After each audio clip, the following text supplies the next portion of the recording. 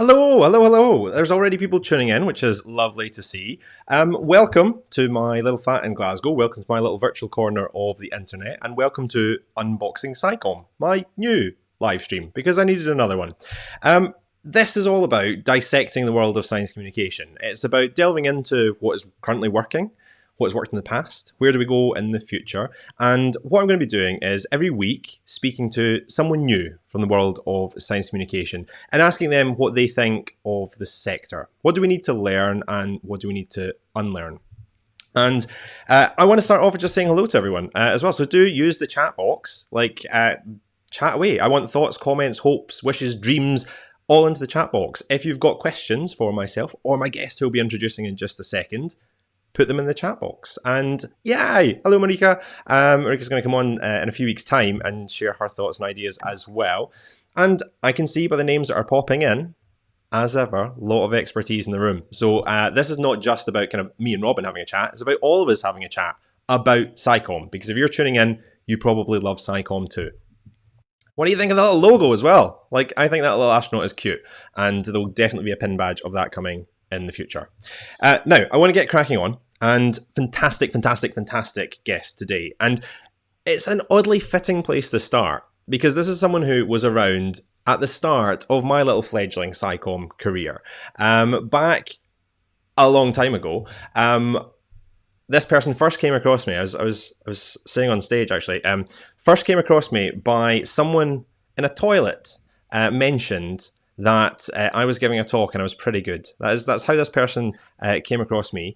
And I've been lucky to be part of many shows that he's done. So our guest, you probably know, because the name and the link is in the bio down below, is Robin Ince. Robin Ince, to me, is at the center of the Sci Comm world and is connected to every single portion of it. His contact book, if nothing else, is just a Rolodex of every scientist that has ever existed. So let's bring our guest up on stage and welcome to this little virtual corner of the stage. Welcome to Unboxing Sci Comm, Robin Ince. Hi, Robin. Hello. How are you doing? I'm all right. You've already had a busy day. Yeah, no, it's interesting. Just so everyone knows, I get all of the scientists that I've ever used in any shows have all been via toilet gossip. It's always, whatever you're over here from the cubicles or the urinals, you think, now that person sounds very interesting. I'm going to get hold of them. So you join a long line. And it is an incredibly long line. Now, we'll get into kind of your career and the role that you play and the views that you have on Sci Comm, but I hate introducing people, in all honesty. I hate doing it because I feel I can never do them justice. And someone with a career as complex, can we just use that word, as you, the amount you have done, you can't sum yourself up in a word. I can say I'm a science communicator. That's nice and simple.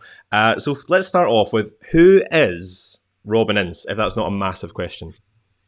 You see, the trouble with that is it's always much easier. I used to find when I did the Edinburgh Fringe Festival, I would flyer for other people because you can tell, you get, this show is brilliant, Josie Long is wonderful, she will do these things.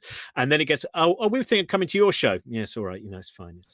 It's a man talking. Yeah, and that's, so I suppose what I've done is, I would stand up for a long time, and I've just generally, wherever my curiosity's gone, I've wanted to create things. So I've done lots of odd things. I wrote a movie about children's dance competitions in Australia. I wrote a book about giant killer crab novels.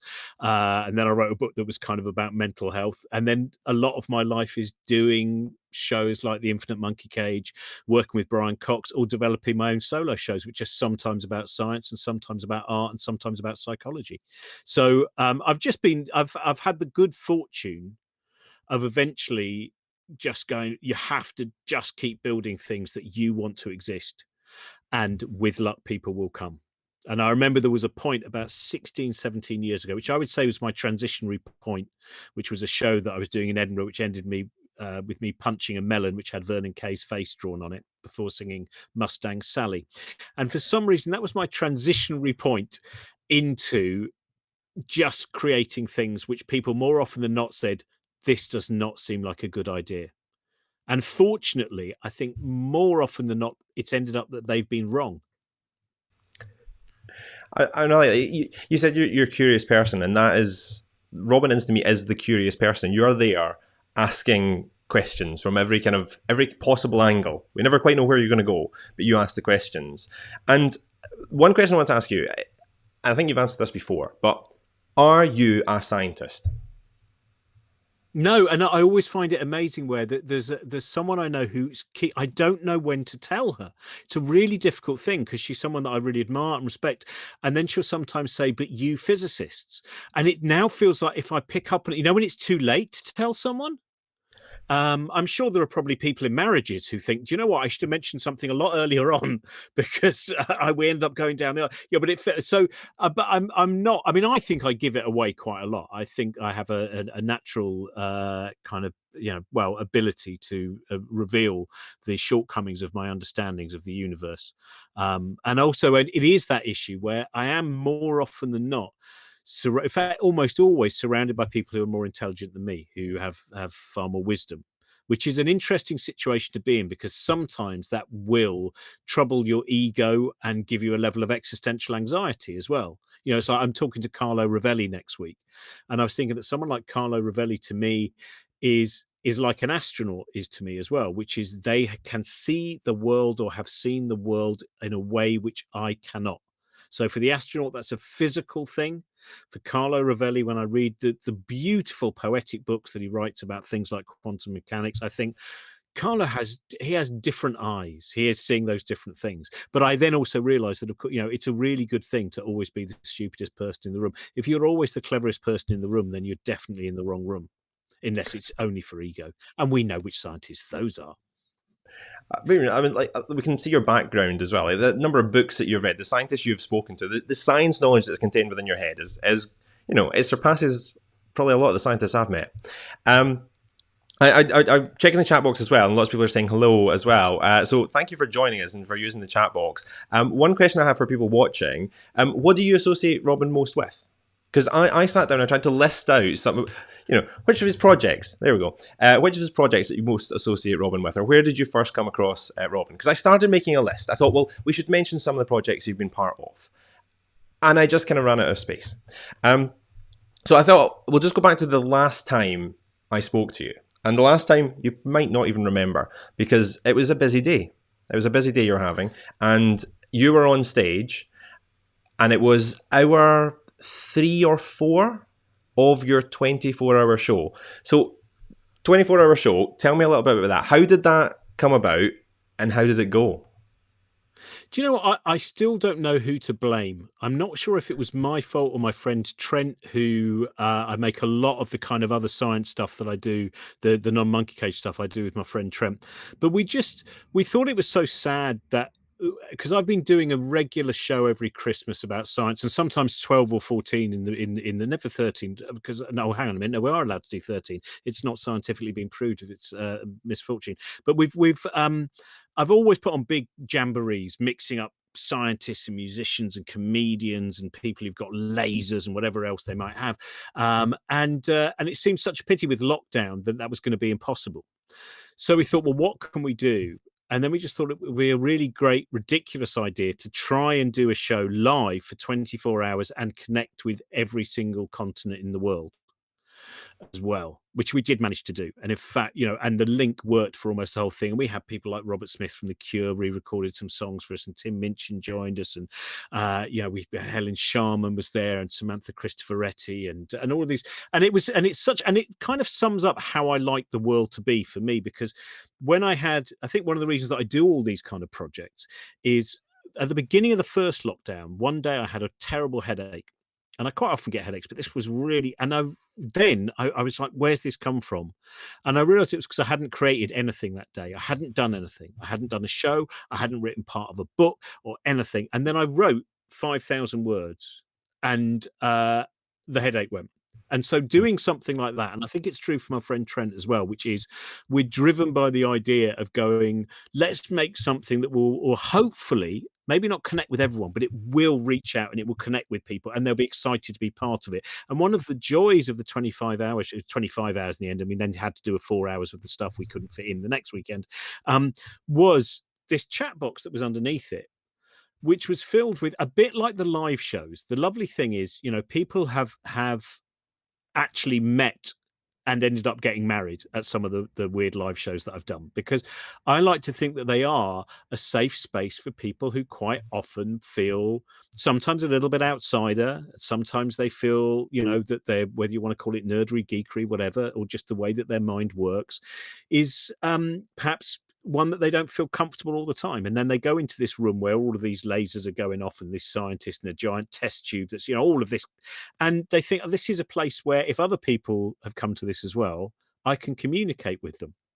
So I'm giving you I think I'm answering 17 different questions, none of which are the ones you actually asked. But yeah, that and that in this chat box, there were just all of these people who met for the first time because they were around. That was the other lovely thing, is this was around the world, whereas normally it would just be in London, Manchester, and maybe, a gig in Scotland as well.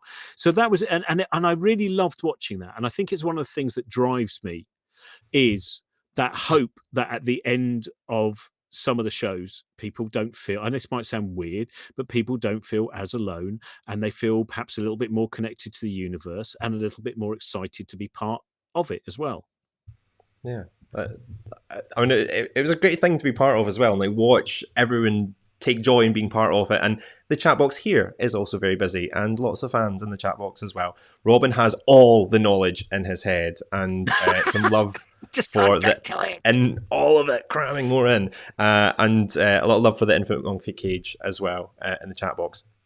I want to pick on one. That is such. I was just going to say that is. I was just before this. I was talking to Chris Jackson, who did the RI Christmas lecture this year, and he was on the last episode of this series.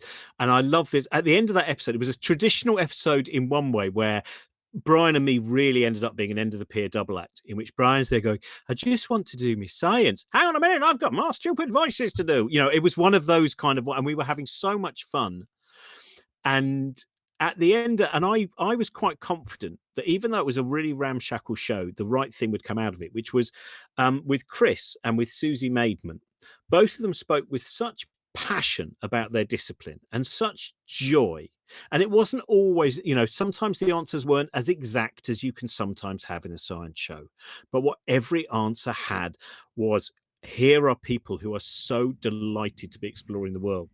And I love it when you afterwards, when the show goes out, and that contagion that happens. And I'm sure you have that. I mean, we've done shows together. I know where you've pulled out someone from the periodic table, which was frankly highly toxic and almost deadly. I think it was Tellurium, wasn't it? Was that time? My favorite.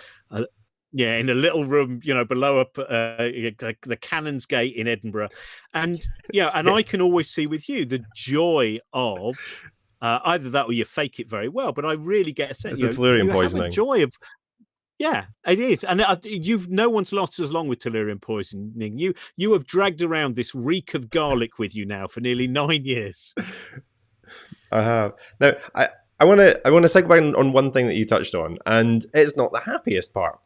You mentioned lockdown, and you mentioned the lack of creativity, and that's something I really resonate with. At the start of lockdown, like you, gigs were cancelling. 1 week, about half of my annual income had cancelled. And I was thinking, I do not know what to do. Do you sit and weather it out? Do you try and find something? I was genuinely thinking, am I going to go and work in a supermarket or something? And anyone that works in live events was hitting that problem, complete uncertainty. How have you found this year, being away from the touring, being away from the connection? I mean, you've created a huge amount of stuff online. And has it been the same, or has it been missing something? In one way, it's been missing something.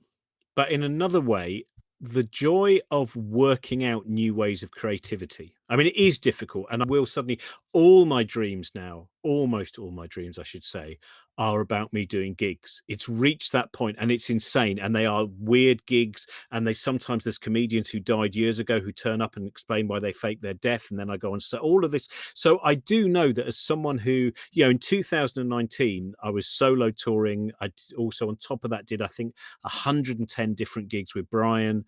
It is what I do.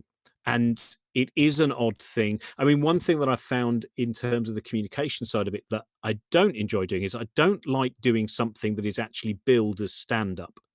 because the idea of creating something, it starts to feel too fake because the rhythm goes, because there is a rhythm of the reaction of the laughter. But I can do a thing where I'll just sit down and do a stream of consciousness for an hour, and hopefully there'll be funny bits in it. But if someone actually says it's a stand-up club, I find, and I think for a lot of people, that's been the difficult thing. But as I mentioned before, things like the chat box things, and when the first lockdown started, and Josie and Trent and I and various guests, Mark Gatiss and Joe Brown and others, when we started to do a daily 10 till 11 show every morning, I know that, one, it was really useful for people who would watch because they were going through a weird time of we can't see anything, we've lost our connection. But it was even more useful for Josie and me that every single morning we had created, and that connection. I mean, I definitely have felt that there's been a way of creating a new form of connection. And though I do miss the live gigs, and though my family would like me to leave the house, I'm sure finally now they're sick of these shows between 8 and 10 every night where I just do Brian Blessed impersonations while they're forced to sit in a chair. But I have found it really interesting finding these new ways of connecting with people. And I think it's great as well, because what I love about it, things like this, is you are right. There we are. Everyone's talking to each other, sat at their desk, and there is. And in fact, that was one of the things that I found interesting when they tried to start doing things like drive-in comedy, where people would sit in their cars and honk their horn when Eddie Izzard said something funny. That to me didn't seem to be as good as sitting at home. And I mean, like some of the monkey cages we've done, where we have about 1,000 people watching, it becomes quite insane. Because it's not like when we're sat on stage and they're sat down there. It is, and you get the different laugh. They've got sometimes 4 astronauts on their screen, and the astronauts are right there. And so I think, I do think it's been, and certainly as you said, financially, it's been a very bizarre situation. And I have the good fortune to have had a very busy couple of years before this, which has meant that I've not been in as parlous state as some people. But I'm fascinated by changing ways of connecting. And I mean, the life in the chat box as well, that was exactly the same for me. I moved my stuff online and I started running sessions just because I needed to. This wasn't about doing work. I needed to have something that I was plowing my energy into, and the connection I was getting through people chatting in the chat box, saying this is working really well for them, it was incredibly powerful in a really dark time. And so even the people that are joining us today, thank you for joining us. Thank you for commenting and keeping the spirit of online engagement alive. I will also plug some of the content you're producing. There is a Patreon which is linked to down below as well, where if you subscribe to your Patreon, you can get exclusive content like the new horror podcast, where you're reviewing films. So make sure that if you aren't already, check out Robin's Patreon down in the link below for exclusive content and to help support people through a very difficult time, because Robin has kept a lot of the kind of Sci Comm sector alive and kicking and leading the way with some of the events that you're doing. So thank you for that. No, thank you. Like you said, it really is a two-way thing, and it's never felt more like a two-way thing. That relationship, in that odd way, the audience are no longer in front of us, physically in front, and yet that connection now, in some ways, feels more tangible because you realise the necessity of it as well. Mm-hmm. So yeah, keep talking to us all. Now, I want to touch on the Sci Comm sector in general, because you have contact with a huge amount of scientists, astronauts, science communicators. Do you think that the Sci Comm sector just now in the UK is healthy? Like, are you happy with where it is? Is it growing or is it diminishing? How would you say, from your point of view, Sci Comm is in the UK? Well, I mean, from my point of view, because I've always, in everything that I've done, I'm in my own kind of strange little bubble, and it feels very, I mean, it's an interesting thing because I think the media is not nearly as on top of it as all of these live events that exist. And I would say, for instance, that television, I don't think has amply in any way reflected the amount of excitement that you and I can see in a room where you will have people who might be 9 years old and you might have people who are 95 years old and they're all hungry. So in that way, I would say in the mainstream, it's not nearly as healthy as it should be. The mainstream is not reflecting the public's real excitement and taste for curiosity. And I do sometimes feel that with, one of the best things that I think the BBC has on radio is all of its science stuff. And I don't just obviously, I think there's wonderful people, working there all the time. And I sometimes think that we're not spending enough time really saying, look at this, look at what is being done. And it's not reflecting, the enormous viewing. I saw the listening figures for a lot of the different science shows, and they're really high. And I think we need to stop pretending that science is niche, because that is, I still think this is a problem, and I definitely see that in the way that the newspapers write about science, especially when you get columnists writing about it. There is still this sense that science is somehow this odd cultish little group of people, as opposed to thousands of people who will go and see science shows, on a night. And there's a lot of stuff going on. So I think in that way it's unhealthy. And we need, so it's not so much the science side of it. I think there's so many brilliant people out there, and I think it's getting more diverse as well. I mean, it's something we think about a lot with Cosmic Shambles stuff, is about the importance of having as many different faces and personalities and people from as many different backgrounds, that mean that people watching, especially younger people, can think, oh, this is something I'm allowed to do as well. It's in fact just what I was talking about with Chris Jackson. And I think that is getting better, and I think there's more thought going into that, and I think it's changed a lot. I feel even in the kind of 11 years where I've been more and more in this world, it's probably been 15 years, but in particular in the last 10 or 11 years, I think it is getting healthier. And do you think scientists are kind of boxing themselves in? They think of themselves as niche, and then they try and fulfill the niche? Or is it the media brand us as niche and we want to break out of that stereotype? Or is it a bit of both? I think, do you know what? I'm going to blame the media on this one, because I mean, there is a time sometimes with science communication that the fear that fascination won't be enough, you can sometimes see, and you think it's something that years ago, when I would sometimes talk to scientists, say, come and do this show I'm doing. Oh my God, I can't do that in a big theatre or whatever. I go, it's fine. But I don't know any jokes. So you don't have to do jokes. There's people who are going to do jokes. All you have to do is be utterly fascinating, the simplest of things. And I think there's so many people who are going out there and they are not patronizing the audience, and they are delivering info. I mean, it's something that we think about a lot with Monkey Cage, which is because critically it's never been a darling. It's never been, and I even I think a lot of people will have what is this thing, and they do silly jokes, and I was disappointed when Philip Pullman said something snarky about it as well, but I still read his books. But what we try and do is create a joyous show which does have jokes in it, but which doesn't talk down to people. Because I think this is one of the problems that we have sometimes, which is there's never been an easier time. You see so many documentaries where someone has to talk about themselves going on an adventure, and then every 10 minutes they have to tell you what happened in the previous 10 minutes. And you have words that you can just see are, a script where everything's been simplified. And yet this is odd, because actually there's never been an easier time to pause what you're watching, just get your phone out. Oh, okay, right. I don't know where it cut off, but what I'm just ending up by saying is basically, I think it's really important that more and more people in the mass media realize that scientific interest is not a niche thing. I mean, it's something we've seen during this lockdown, where there has been some brilliant communication. I mean, one of the things that I found interesting, I was talking to someone who's been doing a lot of research into COVID, and she was saying one of the things she's particularly realised is that when you're sometimes, especially if you're doing news-based science, you might have to say the same point every time you go on about the fact that science isn't necessarily about being right, but it is about having the least wrong answer at the time with the best available evidence. Because I think she noticed that quite often something that might have been said in March about masks, for instance, was not actually relevant in May, but because it had been said in March, you would continue to see it go around the internet. So I think I think we're all still learning, but I think, the most important thing is science is not some cultish niche thing. And that from the audiences that come and see you. And I know from looking at the audiences from the Christmas shows, from looking at the audiences touring with Brian in 2019, they are so broad in terms of age and background, and and it's great to see that. Yeah, it is, and hopefully the media will gradually change. Now, our time is at an end now. It passes so quickly. So I want to say a massive thank No, you. no, no, no, no, no, Uh, no, no, no. You have forgotten. I've never done anything that hasn't overrun by at least half an hour. of So we're course. not going to have. If you told me it was only half an hour, I'd have answered with more brevity. Like hell, I would.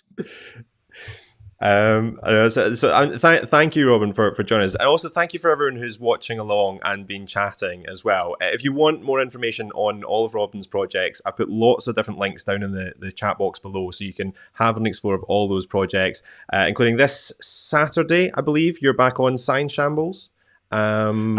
Sunday, I think we've got Sunday. Sunday at 3 p.m. Every Sunday, in fact, at 3 p.m. we do a live science Q&A, myself and Helen Chersky, with two guest scientists, which you've not done yet, have you? Trent asked me, but I was too scared. I was kind of like, oh, I was not. I was like, I've forgotten all of I wondered science. why you've not done it. Right? Yeah, okay, just do it. Say now you're going to do it. Let's make this clear and public, because you'll be great on it. And it's such a nice, it's a lovely thing to do. You know, we did sharks last week with Dr. Georgia Jones and Steve Backshall, and I just look questions from 6-year-olds. Those ones that cut through so much, just get straight there. Just delightful. We'll get it sorted. I genuinely, because Trent said, like, let's sort this out, and at the point he asked me, I was like, do you know, I'd love to, but I have forgotten all of science, every piece of it. So I was like, not right now, but we'll get it sorted. So thank you very much. To another comment just saying that they've enjoyed the chat. Hi, Matthew. It's time to say goodbye now, and Marika's saying I have to do it as well. I'll come and join you on one of the Sunday shows, but check out this Sunday at 3:00. Thank you to everyone who has watched along and chatted. I'll be back again next week. There's going to be a change in schedule though, because unfortunately Raven can't make it, but I'm in the process of lining up another speaker, so I'll be back again same time next week. Robin, thank you very, very much for joining us today, giving us an insight into I science just got to add communication. one thing, by the way. I'm on Mastermind, I think, next Saturday.